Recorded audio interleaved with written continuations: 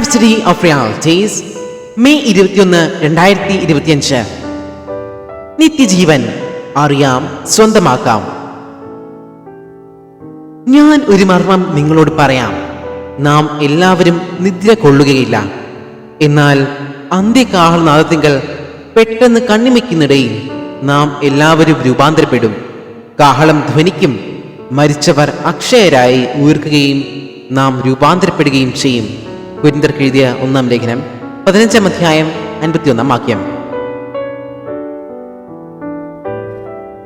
കുറെ പേർ എബ്രായർക്ക് എഴുതിയ ലേഖനം 9-ാം അധ്യായം 27-ാം വാക്യത്തെ തെറ്റിദ്ധരിച്ചിരിക്കുന്നു. ഈ വാക്യത്തിൽ നാം വായിക്കുന്നു, ഒരിക്കൽ മരിക്കുകയും പിന്നെ ന്യായവിധിയും മനുഷ്യർക്ക് നിയമിച്ചിരിക്കയാൽ ക്രിസ്തുവും അങ്ങനെ തന്നെ അനേകരുടെ പാപങ്ങളെ ചുമപ്പാൻ ഒരിക്കൽ അർപ്പിക്കപ്പെട്ട് തനിക്കായി കാത്തു നിൽക്കുന്നവരുടെ രക്ഷയ്ക്കായി അവൻ പാപം കൂടാതെ രണ്ടാമത് പ്രത്യക്ഷനാകും. ഈ വാക്യം എല്ലാ മനുഷ്യരും ഒരിക്കൽ മരിക്കണമെന്നാണ് ഉദ്ദേശിക്കുന്നതെന്നാണ് പലരും മനസ്സിലാക്കിയിരിക്കുന്നത്. എന്നാൽ എല്ലാ മനുഷ്യരും മരിക്കുവാനായി നിയമിതരായിരുന്നതിനാൽ ക്രിസ്തു നമുക്ക് വേണ്ടി മരിച്ചു എന്നാണ് ഈ വാക്യത്തിന്റെ യഥാർത്ഥ അർത്ഥം. ക്രിസ്തുവിന്റെ മരണത്തോടെ ഈ വാക്യത്തിന്റെ ഉദ്ദേശം തനിക്കായി കാത്തു നിൽക്കുന്നവരുടെ രക്ഷ സഫലമായി. ക്രിസ്തുവിന്റെ സുവിശേഷം മരണത്തെ റദ്ദാക്കുന്നു. തിമോഥെയോസിന് എഴുതിയ 2-ാം ലേഖനം 1-ാം അധ്യായം 9-10 വാക്യങ്ങളിൽ മരണം നീക്കുകയും സുവിശേഷം കൊണ്ട് ജീവനും അക്ഷയതയും വെളിപ്പെടുത്തുകയും ചെയ്തു എന്ന് നാം വായിക്കുന്നു. ഇത് രക്ഷിക്കപ്പെട്ടിട്ടുള്ളവർക്കുള്ള യാഥാർത്ഥ്യമാണ്. നിങ്ങൾക്ക് മരണമില്ല, നിങ്ങൾ അക്ഷയരത്രേ. അക്ഷയത എന്നാൽ നിങ്ങൾ മരിക്കുകയില്ല എന്ന്.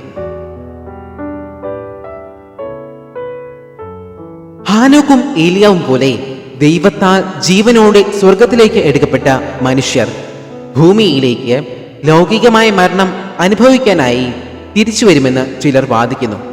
ഇതും യുക്തിഹീനമാണ്. കാരണം ഇത് സുവിശേഷത്തിന്റെ അന്തസ്സത്തെയും മരണത്തിന്മേലുള്ള ക്രിസ്തുവിൻ ജയത്തെയും ദുർബലീകരിക്കുന്നു. കർത്താവായ യേശു ഇങ്ങനെ പ്രഖ്യാപിച്ചു, ഞാൻ തന്നെ പുനരുത്ഥാനവും ജീവനും ആകുന്നു. എന്നിൽ മരിക്കുന്നവൻ മരിച്ചാലും ജീവിക്കും.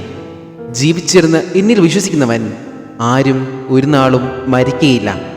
യോഹന്നാൻ സുവിശേഷം 11-ാം അധ്യായം 25-26 വാക്യങ്ങൾ. നിത്യജീവന്റെ വെളിപ്പാട് നിർണായകമാണ്. യോഹന്നാൻ ഇങ്ങനെ എഴുതി, ദൈവപുത്രൻ നാമത്തിൽ വിശ്വസിക്കുന്ന നിങ്ങൾക്ക് ഞാൻ ഇത് എഴുതിയിരിക്കുന്നത് നിങ്ങൾക്ക് നിത്യജീവൻ ഉണ്ടെന്ന് നിങ്ങൾ അറിയേണ്ടതിന് തന്നെ. യോഹന്നാൻ എഴുതിയ 1-ാം ലേഖനം 5-ാം അധ്യായം 13-ാം വാക്യം. നിത്യജീവൻ എന്നത് നിങ്ങൾ രക്ഷിക്കപ്പെട്ടപ്പോൾ മനുഷ്യാത്മാവിലേക്ക് പകരപ്പെട്ട ദൈവിക പ്രകൃതമാണ്. ഓരോ ദിവസവും നിങ്ങൾ മരണത്തിൽ നിന്നും ജീവനിലേക്ക് കടന്നിരിക്കുന്നു എന്ന അറിവോടെ ജീവിക്കണം എന്നത് പ്രധാനമാണ്. നിങ്ങൾ രക്ഷിക്കപ്പെട്ടിരിക്കുന്നു എന്നതിനാൽ ജീവൻ നിങ്ങളിൽ പ്രവർത്തിക്കുന്നു. നിങ്ങളുടെ ജീവിതത്തെക്കുറിച്ചുള്ള ദൈവിക പദ്ധതിയുടെ പൂർണ്ണതയിൽ നടക്കുവാനായി നിങ്ങൾക്ക് ഈ അറിവും വെളിപ്പാടും വളരെ പ്രധാനമാണ്. മരണം തോൽപ്പിക്കപ്പെട്ടിരിക്കുന്നു. നിങ്ങൾ നിത്യജീവന്റെ തലത്തിലും യാഥാർത്ഥ്യത്തിലും നടക്കുവാനായി വിളിക്കപ്പെട്ടിരിക്കുന്നു. ഈ സന്ദേശത്തെ കേൾക്കുകയും ഇതിന്മേൽ പ്രവർത്തിക്കുകയും ചെയ്യുന്ന സഭയുടെ തലമുറ ഉൾപ്രാവണത്തിന്റെ തലമുറയാകുന്നു. നാം ആകുന്നു ആ തലമുറ.